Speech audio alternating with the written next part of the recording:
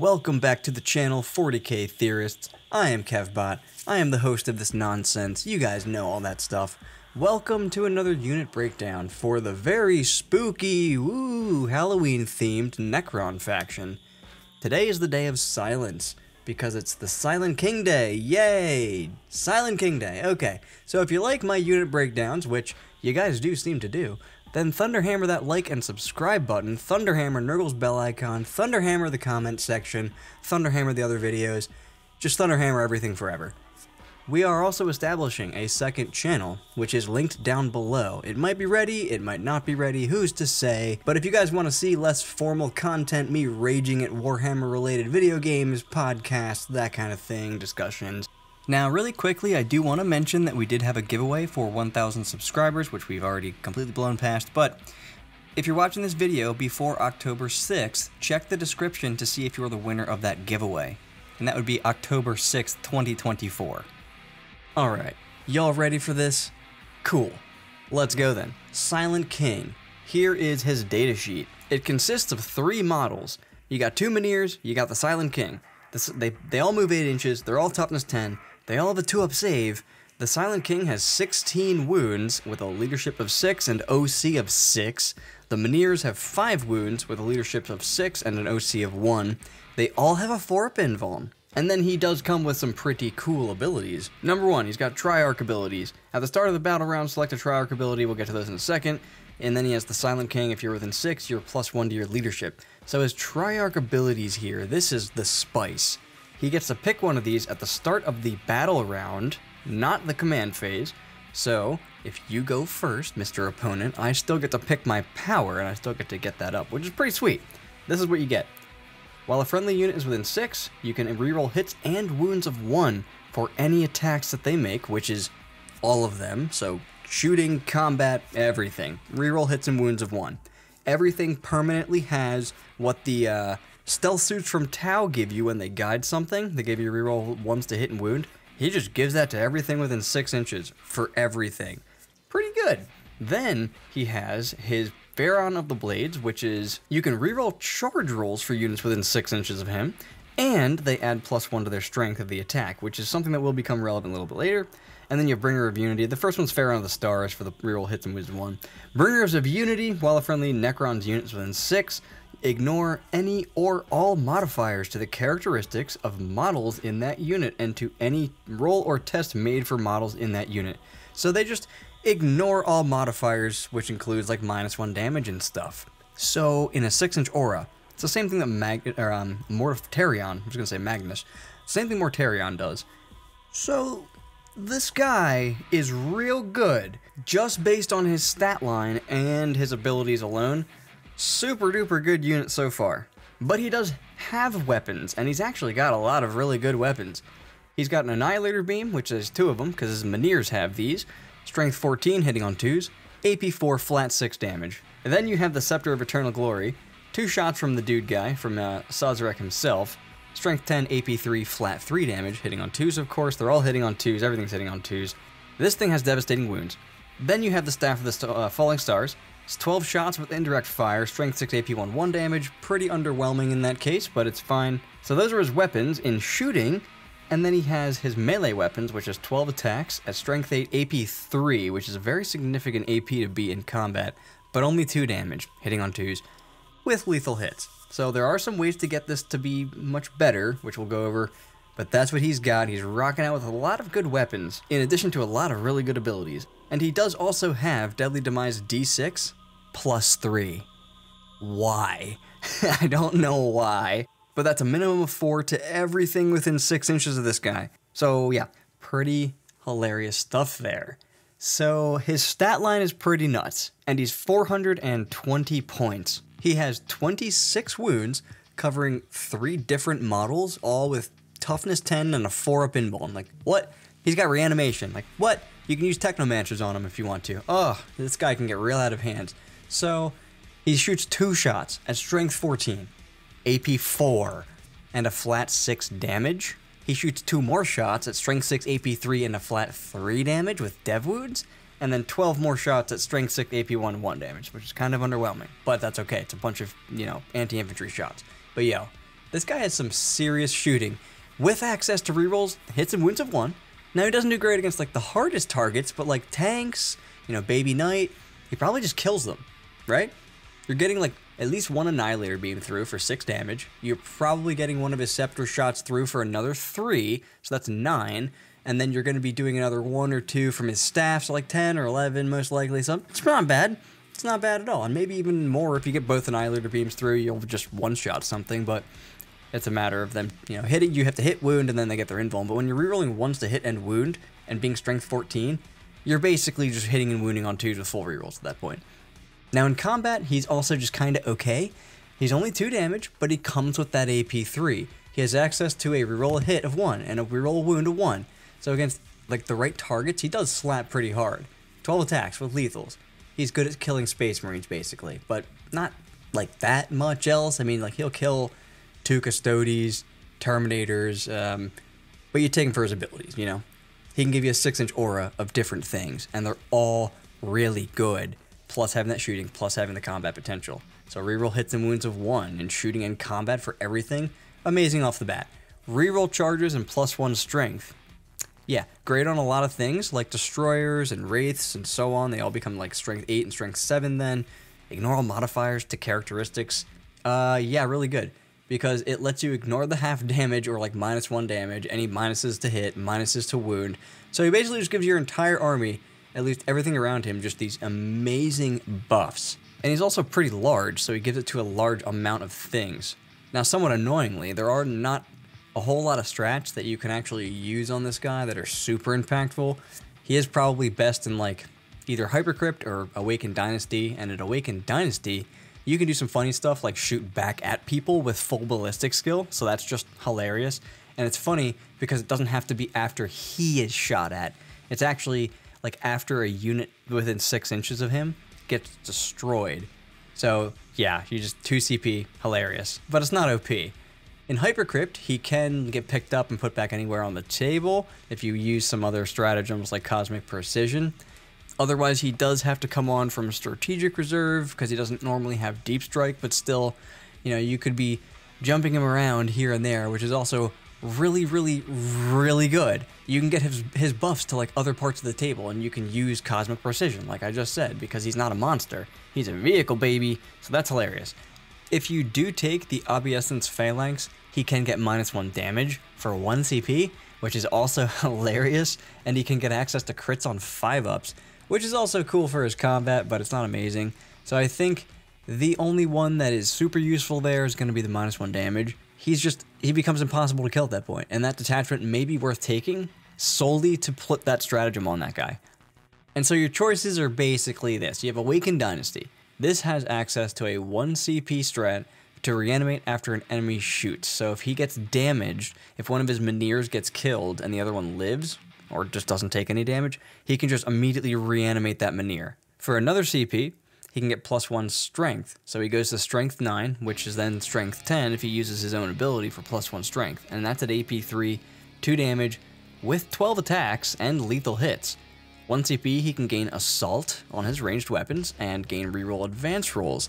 For 2 CP, he can shoot back at a unit that just destroyed an enemy unit within, or a unit within 6, like a friendly unit within 6.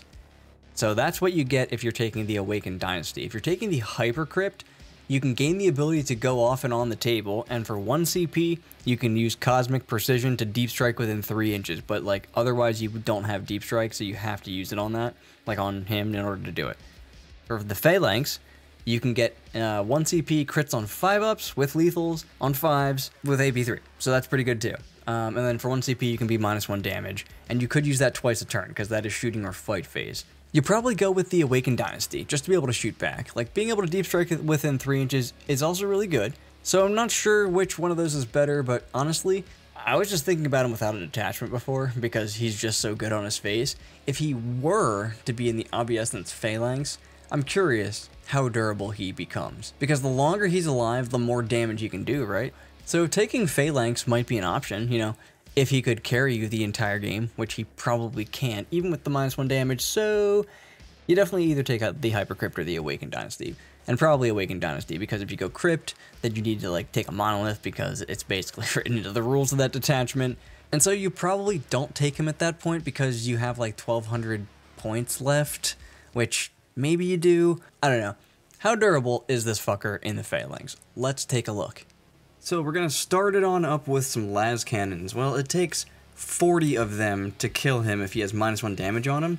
You shoot 40 shots, you hit with a, you're hitting on 3s. So this is all hitting on 3s for all of these here. But yeah, 26 and, some half hits, about 17 to 18 wounds. I fail about 9 of those, and you'll do about 7 damage to each Mynheer and 17 to Sazerac himself, because he has -1 damage, and each one of those has to be allocated to the Mynheers and all that stuff. So yeah, it takes 40 las cannon shots. But how many melta shots does it take? Is it more? Is it less? It's like twice as many. It takes 72. Yeah, so you shoot 72 shots, you hit with 2/3, so that's 48. You wound with 2/3, so that's going to be 16. I have a 4-up invuln, so I fail half of them. If you're within melta range, which we are assuming that you are, they're going to be +1 damage, or +2 damage, but then they're going to be -1 damage, so they're only going to be +1. So your average on a dice roll, +1, is going to be 4.5. You're pushing it there, because the Mynheers only have 5 wounds, but technically, you don't kill one with 1 shot, and so you can then allocate a second wound to that Mynheer with half a wound left, mathematically speaking, and each one takes 9. Sazerac then takes 18. It may take a little more, it may take a little less, but when you're starting with 72, you can go to 60, and it's like, okay, that still doesn't help. When you got plasma guns, you're going to need a whole lot of those, because it takes 234. If that's how many you start with, you hit with 156 of those. You only wound on 5, so you wound with a 1/3, which is 52. I fail half of my saves, even if I'm in cover. I take 26 damage. Each one of those becomes 1 damage, and 26 wounds is the whole unit. 5 to each Mynheer, and 16 to Sazerac. But if you're shooting me with autocannons, and I don't understand how this is the way it is, I do, but this is insane. It takes 378 autocannon shots to kill this thing, if he's in cover. You hit with 252, you wound with 84, but I get a 2-up save against that, and I need to fail 14 of them. So, yeah, you need to get 82 wounds there. You'll do 6 to each Mynheer, which will kill a Mynheer, and then you will do 16 to Sazerac. If you're shooting with autocannons outside of cover, don't get your hopes up, because you still need 190 of those. You'll hit with 126, get 42 wounds. I will fail 14 of those, and that will kill me.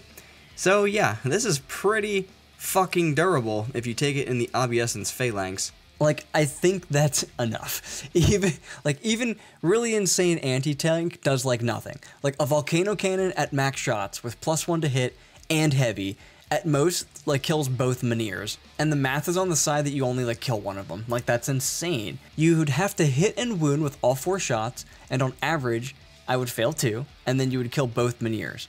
And then I bring one back to life next turn, if there is no more damage coming to the Silent King's way.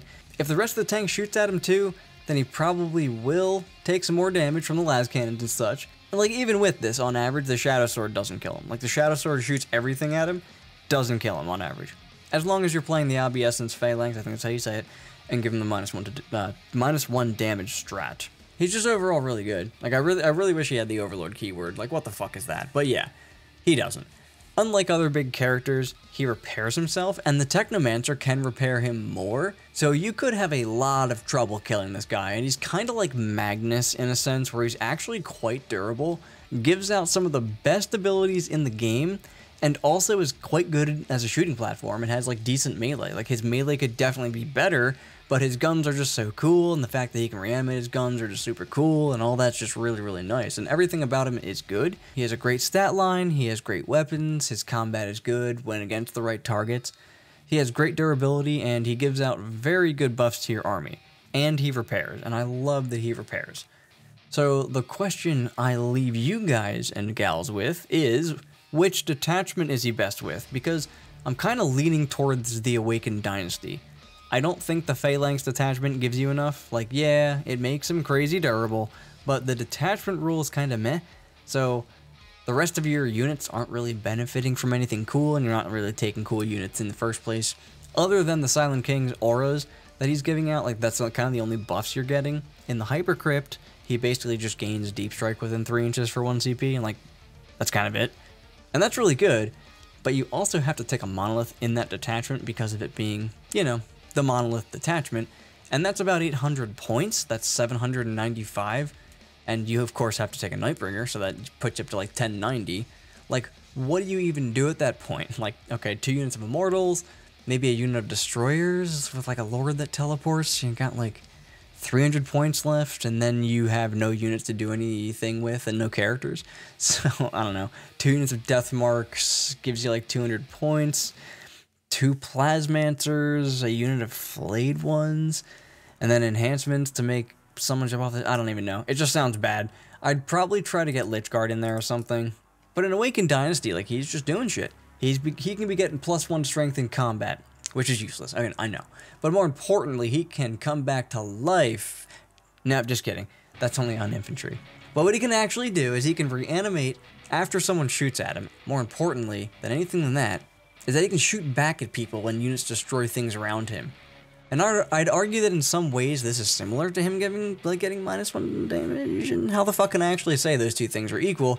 Because one gives you extra durability, which increases how long you're on the table, which increases the number of times that you get to fire with your weapons. When you get to shoot back at people, you just get to shoot back at them with your weapons. So while it's like 2 completely different circumstances, the ultimate outcome is that this fucker is shooting more times, and I'd argue that shooting like sooner is better and more valuable than being alive longer and shooting in later turns when things are less impactful. So, the Awakened Dynasty, it kind of just gives you more stuff. You can run around with a Hex Mark with the Phasal Subjugator giving +1 to hit by everything nearby, and this thing can apply to everything forever. So all you need to do at that point is only attach Plasmancers. You could probably take Doomstalkers because they actually become like really good in this detachment around the Silent King with rerolls to hit and wounds of 1. Yeah. It's actually more damage than in the Canoptic Court, and you have access to cool strats that are just generally useful that I like. I'm also a gigantic fan of the Canoptic Court, just standalone, because there's a good number of units that are nice, and their abilities are just very strong, like their actual detachment rule, very strong. It's amazing, in fact. It just doesn't have a place for the Silent King, I feel like, and this video isn't about the Canoptic Court, it's about the Silent King. So yeah, but anyway.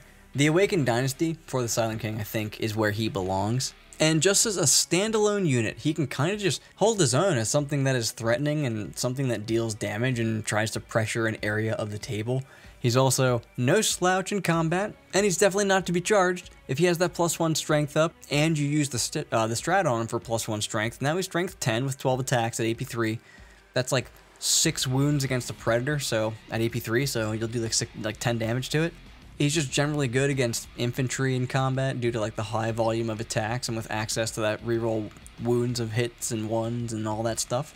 You're not charging this thing with Marines. If you try to charge this thing with a battle tank of some kind, he could just be doing 10 damage to you in your own turn.